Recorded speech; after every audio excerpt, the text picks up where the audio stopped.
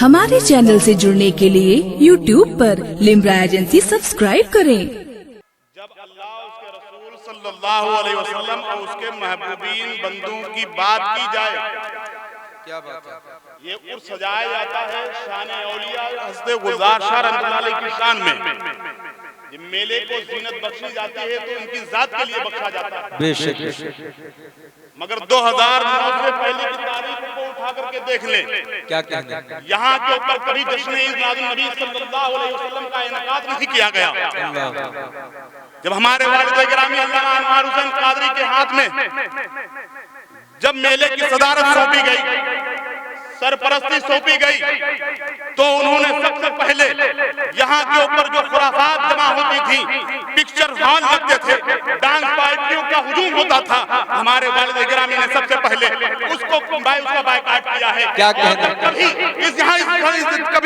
اس ground کے اوپر نبی پاک صلی اللہ علیہ وسلم کی شان نہیں بیان کی گئی تھی، تب میرے والد گرامی نے 2009 کے اندر بنیاد رکھی ہے، جس کو آج جشن عید میلاد النبی صلی اللہ علیہ وسلم بنام ناطق۔ بے شک سبحان اللہ، نعرہ تکبیر، نعرہ رسالت، سبحان اللہ سبحان اللہ۔ کمی تو بس میرے پیر کی، کیا کہنا ہے؟ کمی تو بس میرے انوار کی، جو تہی مزار کرا۔ اللہ بالکل صادقہ تھا۔ بے شک ہم لوگوں کی کوئی شان نہیں، ہم لوگوں کی کوئی اوقات نہیں کہ نبی پاک صلی اللہ علیہ وسلم کی بارگاہ کے اندر خراج عقیدت پیش کرے۔ اس لیے کہ جب یوسف علیہ السلام کی خریدار کو بیچا جا رہا تھا، بتاتا ہوں یہاں پہ بڑے بڑے شعراء بیٹھے ہوئے ہیں، نبی پاک صلی اللہ علیہ وسلم کی شان بیان کرنے والے لوگ بیٹھے ہوئے ہیں، کیا کہنا ہے؟ مگر آپ کو پتا ہے ہم سے ممکن نہیں کہ ہم نبی پاک صلی اللہ علیہ وسلم کی شان بیان کریں، اللہ کما حق ہو بیان کر سکے، بے شک بالکل نہیں بیان کر سکتے ہیں۔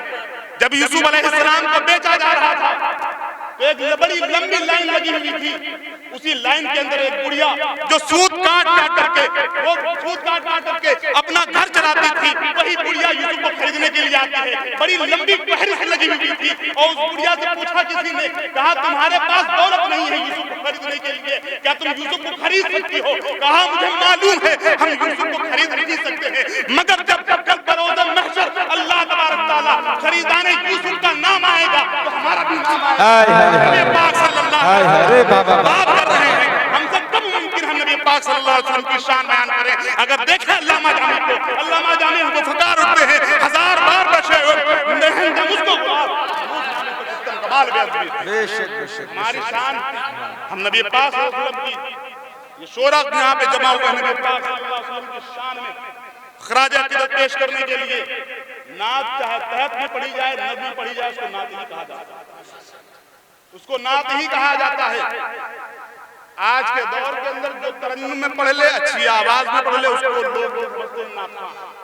نعت یہ نہیں ہوتا ہے، اگر آپ دیکھیں تو کہنے والے کہہ کر چلے گئے، نسیمہ جان میں بدہا گزر کن زی عالم محمد را خبر کن۔ نبی پاک صلی اللہ علیہ وسلم کی مسجد کے اندر ممبر سجا ہوا تھا، جب نبی پاک صلی اللہ علیہ وسلم اپنے حجرے سے آتے ہیں تو حسان کھڑے ہو جاتے ہیں، نبی پاک صلی اللہ علیہ وسلم کی شان کے اندر نعت پڑھنے کے لیے جب کھڑے ہوتے ہیں تو سرکار صلی اللہ علیہ وسلم ٹوک دیتے ہیں، حسان ٹھہر جا، حسان رک جا، اگر نعت پڑھنا چاہتا ہے تو اس ممبر پر کھڑے ہو کر قیامت تک کے لوگوں کو پتہ چل جائے کہ نعت مصطفیٰ کا مقام کیا ہے، بے شک سبحان اللہ کیا ہے۔ جب دیکھیں ہمارا اٹھا کر دیکھیں بریلی کو نعت کس کو کہا جاتا ہے، ہم قرآن کو اٹھا کر کے دیکھیں تو قرآن نبی پاک صلی اللہ علیہ وسلم کے ایک ایک خط و خال کو بیان کرتا ہے، قرآن سرکار صلی اللہ علیہ وسلم کے چہرے کو کہتا ہے بددعا، سرکار صلی اللہ علیہ وسلم کے زلف عنبری کو کہتا ہے واللیل، نبی پاک صلی اللہ علیہ وسلم کی آنکھوں کہتا ہے ما ذاق البصر، نبی پاک صلی اللہ علیہ وسلم کی چال کو جب قرآن بیان کرتا ہے سبحان الذی اسری بعبدہ لیلا من المسجد الحرام، جب اللہ تبارک تعالیٰ نے نبی پاک صلی اللہ علیہ وسلم کے عظمت کی بات کی ہے تو فرماتا ہے ورفعنا لک ذکرک، اور اسی شعر کی ترجمانی میرے امام نے کی ہے تو فرماتے ہیں ورفعنا لک ذکرک ذکر اونچا تیرا ہے، بول ہے بالا تیرا۔ سنو اگر نبی پاک صلی اللہ علیہ وسلم کی شان کے اوپر کوئی انگلی اٹھائے گا تو اس کو اس سے پہلے میرے آیا حضرت نے فرما دیا مٹ جائیں گے آدھا مٹے گا چرچا۔ بے شک سبحان اللہ نعت کس کو کہا جاتا ہے؟ زندہ باد زندہ اس میں نبی پاک صلی اللہ علیہ وسلم کے عینین کی بات ہو۔ آئے کیا کہنا ہے؟ میں مدینے چلا، یہ نعت نہیں ہماری خواہش ہے۔ کیا بات ہے؟ کیا نعت بات کس کو کہا جاتا ہے؟ جس میں نبی پاک